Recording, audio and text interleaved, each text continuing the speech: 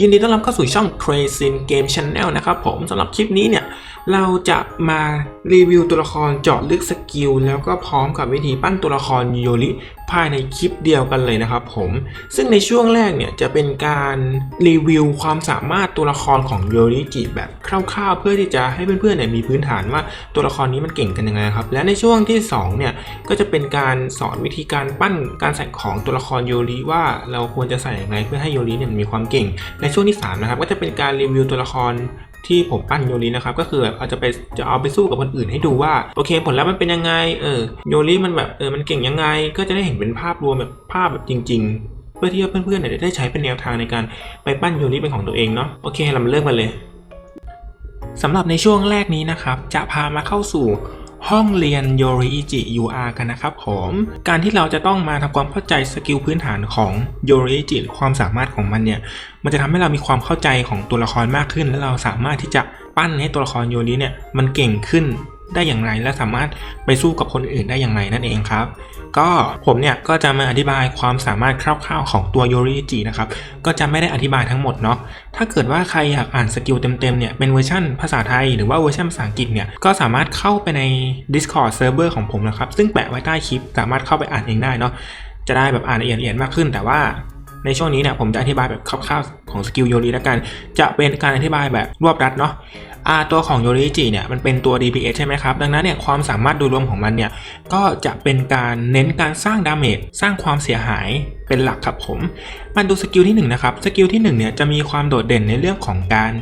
สร้างดาเมจที่มากพอสมควรแล้วก็มอบดีบัฟให้กับอีกฝั่งทำให้อีกฝั่งเนี่ยอ่อนแอลงมากขึ้นครับสกิลที่1เนี่ยก็จะสร้างดาเมจ 320% เป็นพื้นฐานครับใส่ศัตรูแบบ AoE แล้วก็มอบดีบัฟน็อกดาวน์แล้วก็ดีบัฟวิกเนตดีบัฟ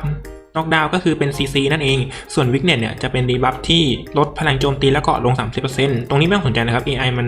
ดึงข้อมูลมาไม่ได้ก็เลยแสดงแบบนี้แล้วก็ส่วนที่2สกิลที่1ก็คือถ้าสกิลที่1เนี่ยตอนที่โยริก่อนจะไล่เนี่ยมีบัฟที่ชื่อว่า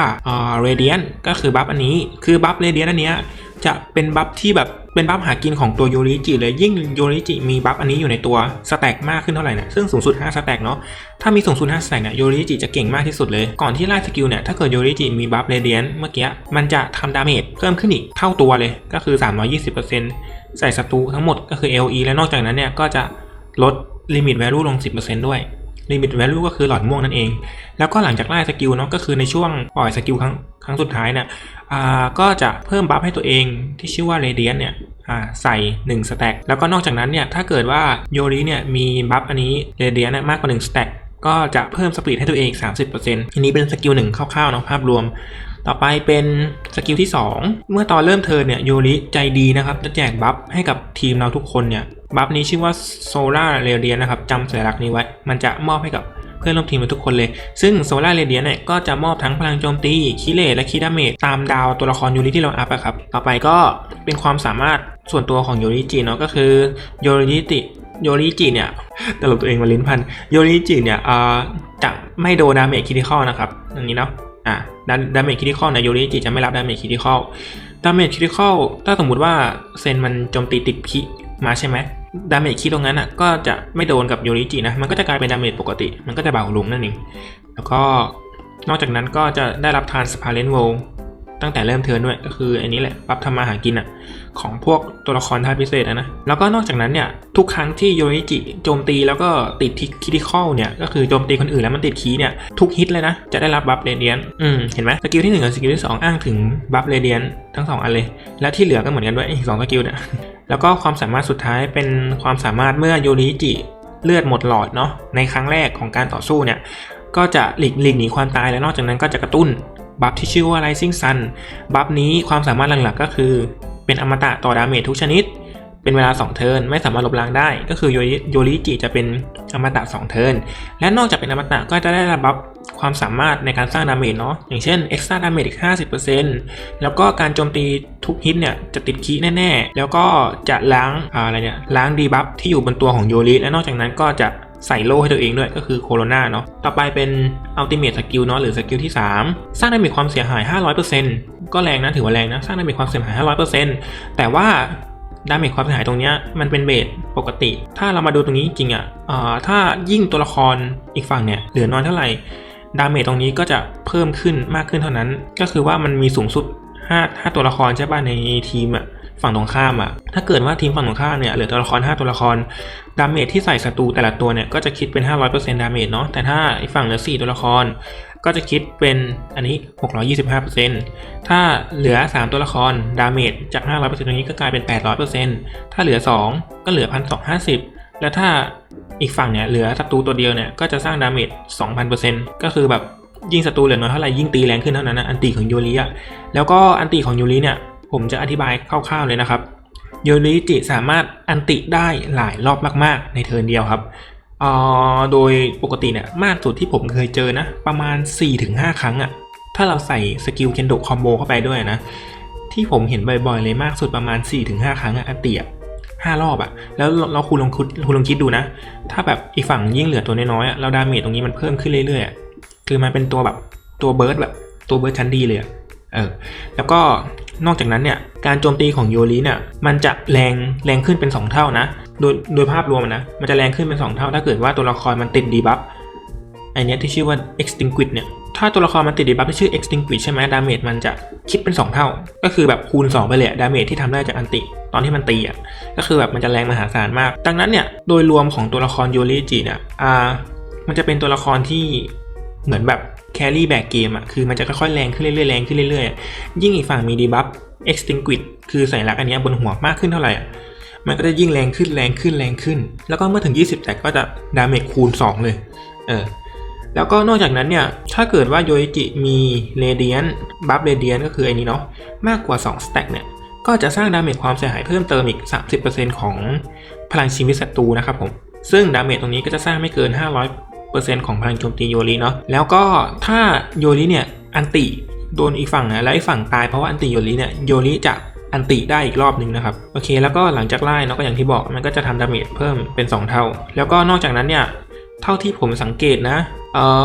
อันติของโยริเนี่ยสามารถสังหารศัตรูที่ติดบัฟอมตะได้ด้วยนะเคียวจูโร่เซนิสึหรือโยริเองเนี่ยถ้าเกิดอันติไปให้โยริอีกฝั่งเนี่ยหรือเคียวจูโร่อีกฝั่งที่ยัง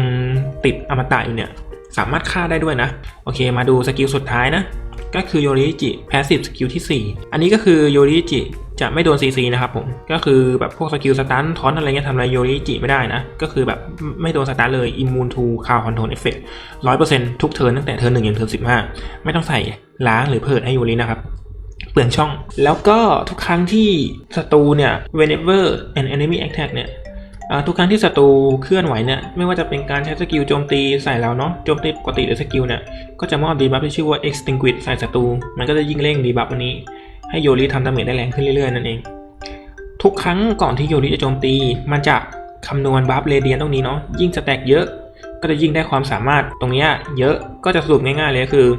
มากกว่า1สแต็กจะฮีลเลือดให้ตัวเองเท่ากับ90พลังโจมตีเมื่อมากกว่า2สแต็กจะลดหลอดม่วงอีกฝั่งลง 10%เมื่อมากกว่า3 stack จะลบเกาะของอีกฝั่งลงเมื่อมากกว่า4 stack ก็จะเพิ่ม debuff extinguish ไปอีก1อันรวมกับตรงนี้ก็จะกันเป็น2 3 4ไปเรื่อยๆสะสมไปเรื่อยๆมันก็จะเต็มไว้แล้วก็อันนี้เป็นความสามารถเสริม ultimate skill ของโยริเนาะก็คือ sun beating 13 form เนี่ยหลังจากที่โยริไล่ตีเสร็จใช่ไหมแล้วมันจะเช็คว่ามีบัฟเรเดียนเนี่ยอย่างน้อย3 stack ขึ้นไปเนี่ยถ้าบัฟเรเดียนตรงเนี้ยมีมากกว่า3 stack โยริจิจะแดกบัฟเรเดียนลง3 stack แล้วก็ไล่อันติอีกครั้งหนึ่งนั่นแหละแต่ว่ามันจะทริกเกอร์ได้1 ครั้งต่อเทิร์นนะก็คือว่าเทิร์นหนึ่งสามารถกินบัฟเรเดียนลง3 stack แล้วก็ไล่อันติได้อีก1 รอบก็จะกลายเป็น3 รอบแล้วเนาะถ้ารวมมันเนี้ยแต่ว่าที่โยริจิมันอันติได้ 4-5 รอบเนี่ยมันเยอะขึ้นก็เพราะว่าตรงนี้มันไม่มีลิมิตเนาะถ้าเกิดโยริจิฟันแล้วอีกฝั่งตายก็ใช้อันติอีกรอบฟันแล้วอีกฝั่งตายก็ใช้อันติอีกรอบฟันแล้วอีกฝั่งตายก็ใช้อันติอีกรอบวนมาเรื่อยๆนั่นแหละมันคือความโกงของโยริเลยแล้วก็อันนี้เป็นความสามารถที่หลายๆคนมองข้ามนะก็คือว่าถ้าสมมุติว่าทีมเราตายหมดเลยแล้วเหลือโยริเนี่ยความสามารถตรงนี้จะถูกกระตุ้นขึ้นมานะครับก็คือว่าจะได้ดูดเลือดแล้วก็คิเลตเพิ่มอย่างละ 50% ผมว่าตรงนี้หลายๆคนอาจจะมองข้ามมันนะแต่ว่าผมบอกเลยว่ามันเป็นจุดเปลี่ยนสำคัญที่จะทำให้โยริของคุณพลิกมาชนะได้เลยทีมคุณพลิกมาชนะได้เลยไอ้บัฟตรงนี้นะโอเคความสามารถก็คร่าวๆเนาะแล้วก็โยริจิต้องการอีกความสามารถหนึ่งก็คือว่าคุณจะต้องอัพให้ถึงเลเวล40เนาะ 40อันนี้เป็นไฮไลท์สำคัญเพราะว่าเลเวล40เนี่ยโยริจิจะไม่โดนดาเมจความเสียหายจริงเลยก็คือเป็นแพทตรงนี้เนาะที่ผมลากให้ดังนั้นเนี่ยโยริจิจะไม่โดนดาเมจส่วนใหญ่จากเซนิสึแล้วก็มิซึริจะทำให้โยริจิเก่งแบบก้าวกระโดดมากนะถ้าอัพโยริถึงเลเวล40โอเคจากการอธิบายสกิลคร่าวๆของโยริเนี่ยผลประเมินความสามารถโดยรวมของโยริผมให้ประมาณนี้เลยครับซึ่งดาเมจเนี่ยผมให้9 เต็ม 10ครับผมเพราะว่าอันติของโยริเนี่ยเป็นไฮไลท์ที่สุดแล้วมันสามารถสแปมดาเมจก็คือแบบอันติได้เรื่อยๆสามารถฆ่าศัตรูอีกฝั่งตายได้แบบทั้งทีนั่นเลยแต่ว่ามันก็ยังไม่ดาเมจแบบสุดขนาดจัดจ้านเท่าเซนิสึนะผมจึงให้9 เต็ม 10เนาะไม่ได้ให้10 เต็ม 10เพราะว่าดาเมจก็ยังไม่แรงเท่าเซนิสึอยู่ดีเรื่องสปีดเนี่ยเนื่องด้วยค่าสเตตัสพื้นฐานของยูริเนี่ยเป็นตัวละครที่มีค่าสปีดที่น่าจะสูงที่สุดในเกมแล้วมั้งถ้าจำไม่ผิดนะน่าจะสูงกว่าเซนิสึก็เลยให้10 เต็ม 10ไปเลยแล้วในความสามารถของมันเนี่ยก็มีความสามารถบัฟสปีดเพิ่มอีก2สกิลความสามารถมั้งก็คือสกิลที่1กับอาวุธเฉพาะตัว40แล้วก็เรื่อง survivability ก็คือความสามารถในการเอาตัวรอดเนาะผมให้ 9.5 เต็ม 10เลยก็คือเกือบจะเต็มโดนห่างนิดนึงเพราะว่าคานาโอะมัน10 เต็ม 10คานาโอะมันถึกกว่าโยรินิดนึงแต่โดยรวมเนี่ยมันก็โคตรถึกเลยไม่มีตัวอะไรเบิร์ดตายแน่นอนโยรินะส่วนเรื่อง utility หรืออัตราประโยชน์นะครับผมให้8 เต็ม 10เลยที่ให้สูงขนาดนี้เพราะว่าโยริมีความสามารถใส่บัฟที่ชื่อว่า Rising Sun จำได้ปะที่มันจะมอบบัฟให้เพื่อนร่วมทีมมาทุกคนที่เพิ่มพลังโจมตีคีเลตแล้วก็คีดาเมจตามดาวที่เราอัพโยริเนาะยิ่งอัพสูงค่าตรงนั้นก็จะยิ่งเพิ่มขึ้นแล้วก็นอกจากนั้นเนี่ยยังจะมอบดีบัฟให้กับตัวละครศัตรูฝั่งตรงข้ามด้วยเนาะลดพลังโจมตีลดสปีดลดค่าพลังป้องกันมันก็จะสูงตรงนี้แหละและนอกจากนั้นเนี่ยมันยังมีความสามารถในการทำให้ตัวเองเก่งขึ้นด้วย utility ตรงนี้ก็เลยให้8 เต็ม 10ไปเลยเรื่อง consistency ใช่ไหมผมให้ 9.5 เต็ม 10ครับเพราะว่าทำไมทั้งนั้นที่มันเป็นตัวละครที่แบบอิมมูนทุกคราวคอนโทรลขนาดนี้ทำไมผมถึงไม่ให้10 เต็ม 10ไปเลยล่ะผมคิดว่ามันยังมีบางสถานการณ์ที่ผมก็ไม่เข้าใจเหมือนกันว่าทำไมโยริมันถึงแบบมันเพอร์ฟอร์มความสามารถได้ไม่แบบไม่ 100% ขนาดนั้นนะแต่ว่ามันก็เพอร์ฟอร์มความสามารถสม่ำเสมอแบบ99เลยนะแบบ100ครั้งสม่ำเสมอ99ครั้งแต่ว่ามันมีบางสถานการณ์จริงๆที่โยริจิมันแบบอยู่ๆก็อ่อนแอลงก็ไม่เข้าใจเหมือนกันว่าทำไมแต่ว่าภาพโดยรวมนะครับผมให้ประมาณนี้เนาะแล้วก็มาร์กนิดนึงก็คือว่าความสามารถตรงนี้เป็นความสามารถที่คุณอัพตัวละครยูริถึงเลเวล40แล้วนะครับผมหมายถึงอาวุธเฉพาะตัวอัพถึงเลเวล40แล้วนะถ้าคุณยังอัพไม่ถึงเนี่ยความสามารถตรงนี้มันจะเป็นคนละเรื่องกันเลยนะครับผมถ้าคุณไม่สามารถอัพโยริจิถึงอาวุธเฉพาะตัว40เนี่ยดาเมจเนี่ยยัง9 เต็ม 10อยู่สปีดเนี่ยยัง10 เต็ม 10อยู่แต่ survivability เนี่ยผมจะลดให้เหลือประมาณ4 เต็ม 10ถึง5 เต็ม 10เลยนะมันตายเร็วมากเพราะว่าเมตาเดี๋ยวนี้เขาใส่เซนิสึกับมิซุริแล้วพวกนี้มันทูดาเมจจัดจ้านมากโยริตายได้แค่ไม่ถึงกี่เทิร์นเลยดังนั้นเนี่ยก็คือโน้ตไว้นิดนึงก็คือว่าความสามารถโดยรวมตรงนี้เป็นความสามารถเมื่อโยริมีอาวุธเฉพาะตัวถึงเลเวล40แล้วต่อไปมาดูวิธีการปั้นตัวละครโยริแล้วกันก็คือวิธีใส่ของใส่รูนใส่อาวุธใส่อุมามุริอะไรพวกนี้นะโอเคไอ้พวกนี้ผมเรียกว่าบิลเนาะเพราะว่าเพื่อนชาวต่างประเทศเขาชอบเรียกคำว่าบิลกันวิธีบิลวิธีสร้างตัวละครให้โยริจิเก่งกันนะครับผมสำหรับบิลทั่วๆไปเลยนะครับหรือวิธีการออกของทั่วๆไปของโยริจิเนี่ยก็คือว่าอันนี้เป็น assumption หรือว่าเงื่อนไขก็คือโยริจิคุณต้องอาวุธ40นะครับย้ำนะครับว่าอาวุธ40ถ้าต่ำกว่าอาวุธ40เนี่ยก็สามารถออกไอเทมอะไรตามนี้ได้ปกติเลยแต่ว่ามันจะไม่ได้เก่งเท่าอาวุธ40เนาะโอเคบิลทั่วไปเนี่ยก็จะเลือกใช้ Hollow ก็คือตัวของ Eclipse นะครับซึ่งสามารถสลับใช้ Hollow Damage ตัวอื่นได้ก็คือแบบถ้าเรายังไม่มีอันนี้เนาะหรือแบบเอานี้ไปใส่ให้ตัวอื่นแล้วก็เปลี่ยนเป็นไอ้พวกนี้ได้4อันส่วน Kendo และ Rune นะครับอันนี้เป็นคอหลักเนาะก็คือต้องมีก็คือมี Combo Creep Pursuit แล้วก็ Ripple ส่วนที่เหลือเนี่ยอีก3ช่องที่เหลือเนี่ยเพราะว่ามันตัน6ช่องเนาะอันนี้3ช่องเหลืออีก3ช่องคุณเลือกใช้ได้เลยครับจากไอ้พวกนี้ทั้งหมดเนาะก็จะมี Agility Penetration Pursuit เรียกว่าอะไรRampage เหรออันนี้จำชื่อไม่ได้แฮะก็คือแบบเพิ่มพลังโจมตีเลย Extra Damage อันนี้เพิ่มความแม่นยำอันนี้สะท้อนดาเมจอันนี้ดอทก็ลองเลือกดูว่าเราชอบอันไหนก็ใส่ไปได้โอมามุริก็เหมือนเดิมนะครับตัวละคร DPS เนาะก็จะ3ตัวนี้เป็นหลักเลยก็คือมังกรออกแล้วก็เสือต่อไปเป็นบิลส่วนตัวของผมนะครับก็คือการออกของโยริส่วนตัวของผมเนาะฮอลโลเนี่ยผมก็จะใช้หน้าไม้นี้เป็นหลักเลย ก็คือแบบใช้ตลอดเลยไม่ว่าจะโหมดอะไรก็ตามส่วนเคนโดและลูนเนี่ยผมคิดว่าผมจะใช้ตามนี้เนาะก็มีคอมโบคีเปอร์สูตรริปเปิลเพเนเทชันพือสูตรแล้วก็ดอทเนาะโอมามูริก็จะใช้มังกรนะครับก็จะเป็นเน้นดาเมจเลยโยริจิเราไม่จำเป็นที่จะต้องใส่ของป้องกันอะไรเลยแม้แต่น้อยนะครับผมเพราะว่าความสามารถเมื่อคุณอัพอาวุธเฉพาะตัวถึง40แล้วเนี่ยเป็นตัวละครที่แบบแทบจะไม่ตายเลยนะเท่าที่ลองเนี่ยแทบจะไม่ตายเลยโอเคก็เดี๋ยวผมจะมารีวิวตัวละครโยริของผมกันนะครับว่าผมเนี่ยปั้นตัวละครโยริยังไงเป็นคร่าวๆเนาะโยริของผมเนี่ยก็ปั้นจนถึง3ดาวลุงเนาะสกิลแถมข้างๆตัวนี้เนี่ยผมก็เลือกโจมตี 10%ตรงนี้ผมก็เลือกอันนี้เนาะเมื่ออีกฝั่งเลือดน้อยก็จะทำดาเมจเพิ่มอีก10%ซึ่งใครอยากได้อื่นก็เลือกได้เหมือนกันแต่ผมจะเลือกอันนี้แล้วก็อันที่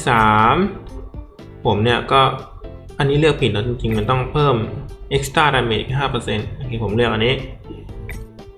แล้วก็ค่าสเตตัสโดยรวมเนาะกดตรงนี้สเตตัสโดยรวมพลังโจมตี 500,000 HP หน่วย10 6 ล้านค่าพลังป้องกัน2,600สปีด 2,295 คิดดาเมจ 235%หลุดคิเลตประมาณ 30% ค่าต้านทานคริติคอล 10%อะไรเนี่ยอันนี้เขาเรียกว่าอะไรdebuff accuracy 23% effect resistance 3% accuracy หรือ hit rate 117% dodge อีก 34% extra damage 44% damage resistance 30% กับประมาณนี้ status ต่อไปเป็นของเนาะก็อาวุธก็ประมาณนี้ก็คือยังดาวเหลืองอยู่ยังไม่ได้อัพเต็มขนาดนั้นแล้วก็รูนนะครับเคนโดรูนสกิลเนี่ยผมใช้คอมโบแล้วอันนี้ก็เป็นaccuracy ที่เพิ่มค่า accuracy เข้าไปเนาะอันที่2รูนอันนี้ก็จะเป็นดอทเนาะเพิ่มค่าดอทเพราะว่าโยริของผมมันสเตตัสดอทมันสูงแล้วผมก็เลยใส่เพิ่มอีกมันจะได้มีโอกาสอีกฝั่งตีใส่โยริผมละพลาดเนาะแล้วก็อันนี้ไฮไลท์ก็คือเจาะเกาะ penetration เนาะตีเจาะเกาะแล้วก็อันนี้เป็นเคนโดที่ใส่เองก็จะเป็นครีเปอร์สูตรตีติดคีแล้วตีอีกครั้งแล้วก็เพิ่มพลังโจมตีอีก 10% ด้วยอันนี้เป็นริปเปิลก็จะทำให้ดาเมจสกิลแรงขึ้นโดยมันจะเป็นการสุ่มค่าเนาะอยู่ในช่วง 110% ถึง 125% ก็แรงนะโอเคแล้วก็อัพถึงอาวุธ40 level 40 ฮอลโลที่ใช้ก็จะเป็น Equip อันนี้เนาะก็คืออัพจนดาวลุงละอัพจนลุงเลยต่อไปเป็นอุมามุริก็ประมาณนี้อุมามุริอันนี้อุมามุริ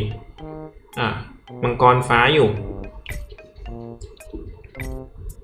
โอเคก็เดี๋ยวผมจะลองไปสู้กับคนในอารีนาแล้วกันเนาะตอนนี้ผมอยู่อันดับ3เนาะ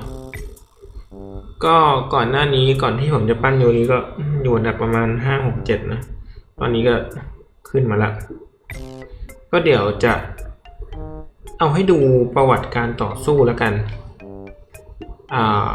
ที่ผมเล็งๆไว้เนี่ยจะเล็งกับเวลาที่ผมสู้กับคนที่ค่าพลังใกล้เคียงกับผมแล้วก็ค่าพลังมากกว่าผมมากกว่าในระดับไหนที่ผมแบบไม่สามารถสู้ได้เนาะก็ภาพโดยรวมๆเนี่ยอันนี้อันเนี้ยผมสู้เขา3 ครั้งแล้วก็ผมชนะครั้งหนึ่งก็ถือว่าเป็นเปอร์เซ็นต์ถูกอยู่เนาะเพราะว่าค่าพลังโดยรวมผมเนี่ยแค่13 ล้านเองนะแต่ว่าโยริของผมเนี่ยผิดอันนี้แต่ว่าโยริของผมเนี่ยก็มีโอกาสชนะคนนี้เนาะซึ่งค่าพลังของเขาเนี่ยตั้ง35 ล้านเลยเห็นไหมแล้วแบบตันหมดด้วยเห็นปะ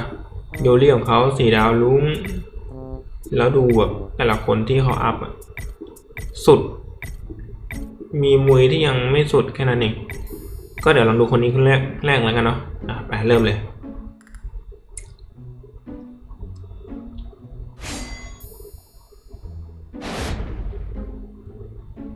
เนี่ยเริ่มเทิร์นมาทีมของผมความเร็วต่ำกว่าเนาะซึ่งก็แน่นอนอยู่แล้วเดี๋ยวขออนุญาตปรับความเร็วเนาะโอเคตอนนี้ทีมของผมตายเนาะ แล้วก็มิสซิลี่ของผมเนี่ยก็ตายแล้วก็ไปมอบดีบัฟใส่ยูริฝั่งก็ทำให้พลังโจมตีของยูริฝั่งต่ำลงเยอะแล้วตอนนี้ยูริของผมก็เลือ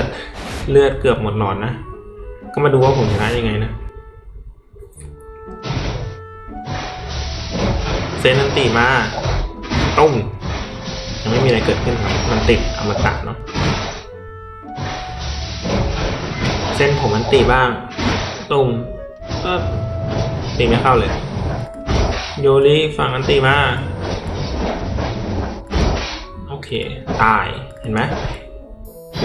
ยริตีเซนผมที่ยังมีอมตะอยู่ใช่ไหมเมื่อกี้เซนผมตายทั้งที่มีอมตะเห็นไหมมันถึกมากเลยนะโยริผมอะอาวุธ40อะโดนลุมตีขนาดนั้นอะยังไม่ตายเพราะว่ามันมีอมตะด้วยก็อาวุธ40มันทำให้แบบไม่โดนทูดาเมจด้วยแล้วก็ลดความเสียหายได้รับตามพลังโจมตีของตัวยูริเองด้วยมันก็เลยแบบตีแล้วแบบมันไม่โดนเบิร์ดตายอย่างที่สกิลที่ผมอธิบายในช่วงที่1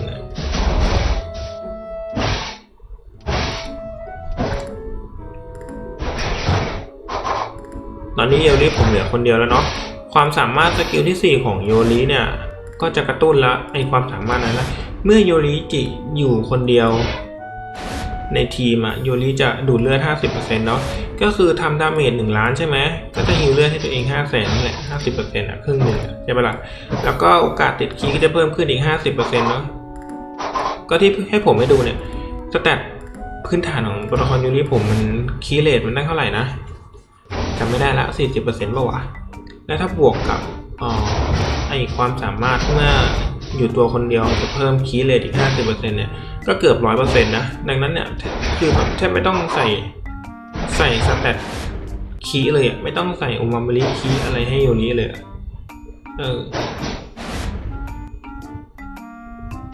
มาดูว่าจะยังไงแต่ว่าผลลัพธ์คือผมชนะนะแต่ชนะยังไงเนี่ยอย่าลืมนะว่าโยริอีกฝั่งก็อาวุธ40เหมือนกันนะ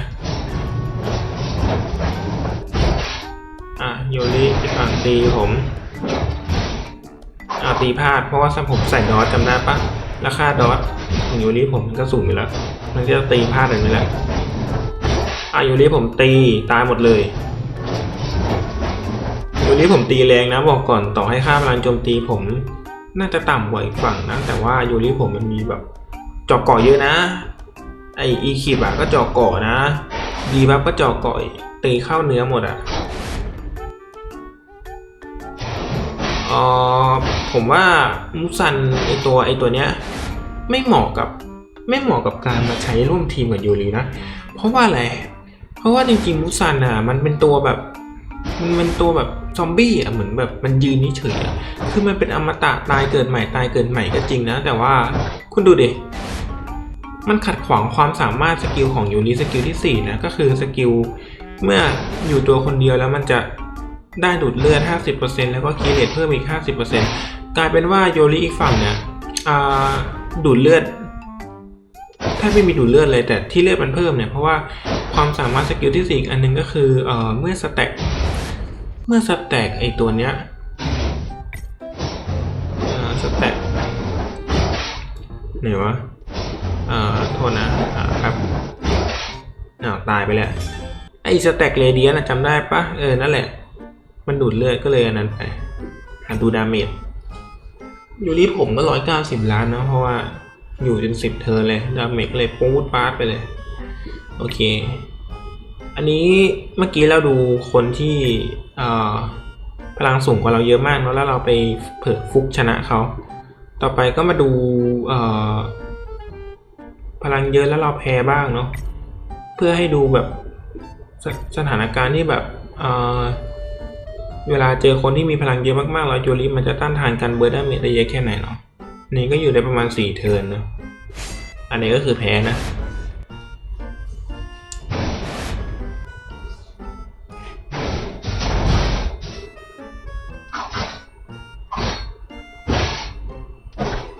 อันนี้ก็ปุ๊บเดี๋ยวนะโยริผมอยู่ฝั่งไหนวะ โยริผมฝั่งนี้ไม่ใช่ติผมรู้ซันเบอร์ละโยริผมฝั่งนี้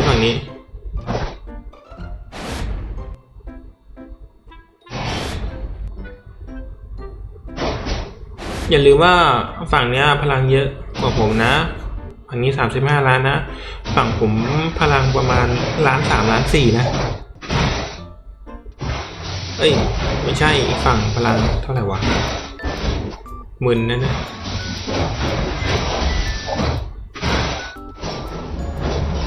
ี่ยพลังเท่าไหร่นะถูกแล้วของผม13 ล้านฝั่งนี้35 ล้าน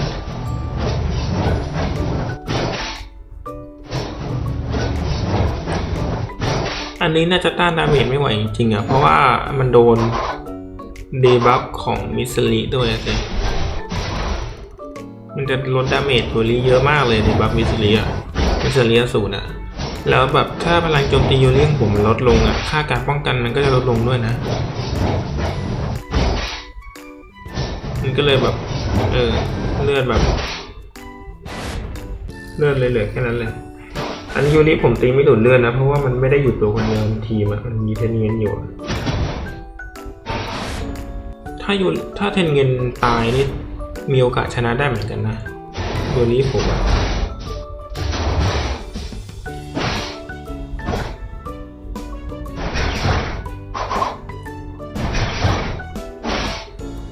มุยนี้ก็ตีแรงเหมือนกันนั้นบางสถานการณ์แต่มันก็ไม่ตลอดเนี่ยปัญหาในมุยจริงมูจิโร่ถ้าอ่านจากกระดาษอ่านจากแบบ description คำอธิบายดูเหมือนจะเก่งนะมันคือบางสถานการณ์มันก็เก่งแต่ว่าบางสถานการณ์ในหลายสถานการณ์มุยยังทำผลงานได้ไม่ค่อยดีเท่าไหร่เทียมมันเลยไม่ค่อยสูงขนาดนั้น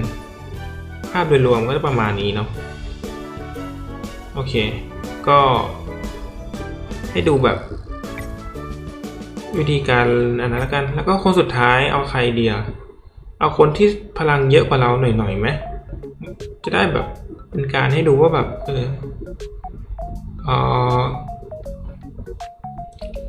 มันพอสู้ไหวคนที่พลังเยอะกว่าใครดีวะ2 คนเนี้ยเอาใครเดียวเอาคนนี้แล้วกันเพราะว่าพลังเวลเขา97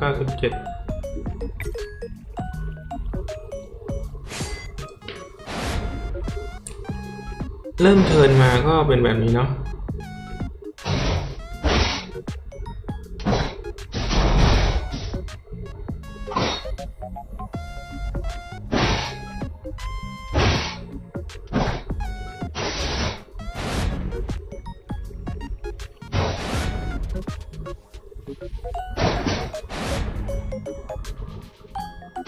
อันนี้คือแบบคนที่พลังใกล้เคียงกับเรานะ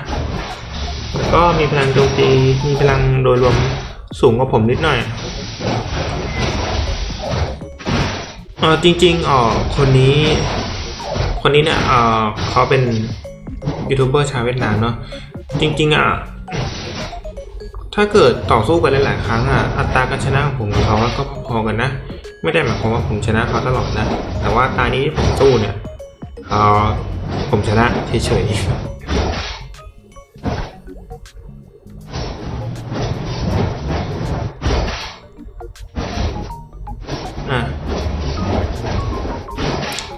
ใดๆคือเห็นว่าโยริผมถึกมากโดนใครตีเลือดแทบไม่ลดเลยลดน้อยมาก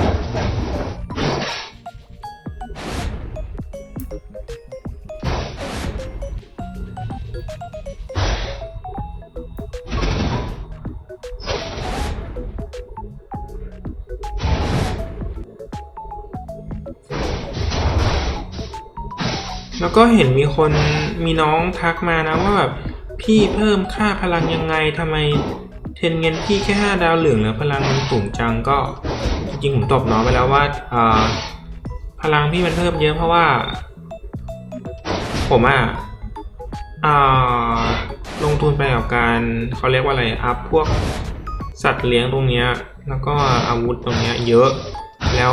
2 อันเนี้ยมันเพิ่มค่าพลังให้ตัวละครเราทุกตัวสูงมากก็เลยทำให้เทนเงินของผมเนี่ยถึงแม้ว่าจะ5 ดาวเหลืองเนี่ยถ ถึงแม้ว่าจะ5 ดาวเหลืองนะก็สามารถมีพลังไปถึง2 ล้าน 3 ล้านเลยเยอะไหมล่ะเอาเห็นปะเนี่ยเมื่อกี้ตัวนี้ผมเลือดหมดหลอดเลยนะสกิล1ทีเดียวกับมาเลือดเต็มหลอดเลย